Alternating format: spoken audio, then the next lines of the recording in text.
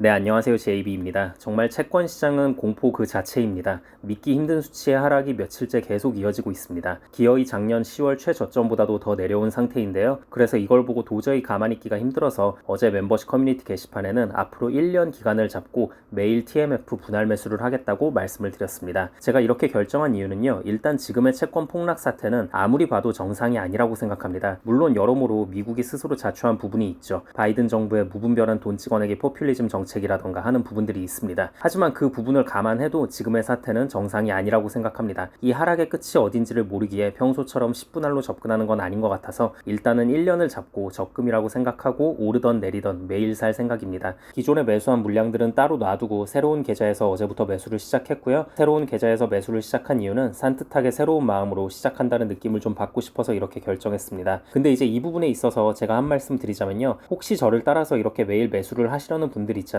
이분들은 가급적 기존에 물린 계좌는 따로 놔두고 새 계좌에서 진행하시는 걸 추천드리는 이유가 있습니다. 이미 어느 정도 물량이 투입된 기존 계좌는 많이 하락했을 때 압도적으로 많은 매수를 하지 않는 한 의미 있는 수치의 평단 낮추기가 힘드실 거예요. 물론 이렇게 말했을 때 어떤 분들은 아니 근데 어차피 그게 그거 아니에요? 새로 분할 매수 들어간 계좌가 플러스여도 기존에 투자된 TMF는 여전히 마이너스 상태일 텐데 그게 의미가 있나요? 라고 말하는 분들이 계실까봐 말씀을 드리자면요. 결론부터 말씀드리자면 이 두 가지는 같지가 않습니다. 왜냐면 결국 이렇게 하는 게 어떻게 보면 멘탈을 흔들리지 않고 좋게 유지시키고자 하는 이유도 있잖아요. 새로운 계좌에서 새로운 마음으로 매수를 한다는 건 멘탈적으로 상당한 위안을 줄 수가 있습니다. 이게 계좌에 어쨌든 플러스라도 간간히 찍히고 평단이 낮은 계좌를 보면서 얻을 수 있는 마음의 평안함을 무시할 수가 없어요. 그리고 그렇게 멘탈 유지를 잘 하면서 인내의 시간을 잘 견디다 보면 기존 TMF 계좌도 어느새 손실폭을 많이 줄이고 양전이 되어 있을 겁니다. 반대로 기존 계좌에 진행을 하게 되면 이건 뭐 맨날 사긴 사는데 평단은 확 내려올 생각도 안 하고 손실도 그대로인 것 같고 뭐 이런저런 생각이 들면서 장기적으로 진행하기가 상당히 힘이 들고 중간에 힘 빠져서 그만둘 확률도 꽤 높습니다. 그래서 저는 가급적 새로운 계좌에서 시작하시는 걸 추천드리고요. 네, 아무튼 여러분, 제가 TMF에 투자하는 이유는 결국 이건 것 같아요.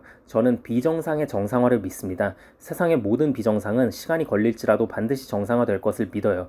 이미 전 세계 경제는 지난 수십 년 동안 저금리에 익숙해져 있습니다. 이제 와서 이걸 다시 고금리 체제로 바꿔버리면 시스템적으로 절대 감당할 수가 없습니다. 대표적인 예를 들자면 겨우 뱅크런 사태가 진정된 은행들의 문제가 다시 한번 터질 수 있습니다. 이것 말고도 미국이 달러 기축통화 패권을 유지하기 위해선 본인들만 살겠다고 뻗대는 게 아니라 다른 나라들의 사정도 잘 봐줘야 하는데요. 다른 나라들에서 이런 고금리를 견딜 수가 없다고 봅니다. 이미 고금리로 인한 부작용이 영국과 일본 등에서 터지고 있습니다. 아무튼 저는 그래서 채권은 지금 같은 상황에 사두면 결국 좋은 수익을 볼 수밖에 없다고 판단이 들기 때문에 1년 동안 매일 분할 매수 들어가겠습니다. 여러분, 저는요 지금의 채권 사태를 보면 작년에 미국 나스닥 증시가 끝도 없이 하락하며 미국이 망하니 많이 하는 소리가 나오던 시절이 떠오릅니다. 불과 1년도 채 안 된 일이에요. 채권보다 불확실성이 더 심한 주식도 공포를 이겨내며 견뎠고 하락장에서 매수한 덕분에 지금 큰 수익률을 거두고 있습니다. 지금의 채권도 결국 시간이 해결해 준다고 생각합니다. 그러니 다들 너무 걱정하지 마시고요. 그리고 한 가지 또 오해하실까봐 말씀을 드리자면요. 제가 채권만 산다는 건 아닙니다. 주식 비중 계속 유지할 거고요. 그리고 또 저평가되어 있는 주식이 눈에 들어온다면 지금까지 그래왔듯이 해당 주식에 대한 매수도 적극적으로 들어갈 겁니다. 그게 뭐 단타든 장투든 간에요. 그리고 매일 분할 매수하는 수량에 대해서 궁금하신 분들이 계실까봐 마지막으로 이 부분 말씀을 좀 드려보겠습니다. 이건 각자 경제 상황에 맞춰서 진행을 하시면 됩니다. 정답이 정해져 있는 게 아니에요. 누군가에겐 매일 한 주씩이 될 수도 있겠고 누군가에겐 매일 10주씩이 될 수도 있습니다. 또 어떤 누군가에게는 매일 사는 게 부담스러워서 2일에 한 주가 될 수도 있겠죠. 그러니 이 부분은 그냥 각자 상황에 맞춰서 알아서 정하시면 됩니다. 네, 그럼 오늘 영상은 여기까지 하도록 하고요. 다음 영상에서 뵙겠습니다. 감사합니다.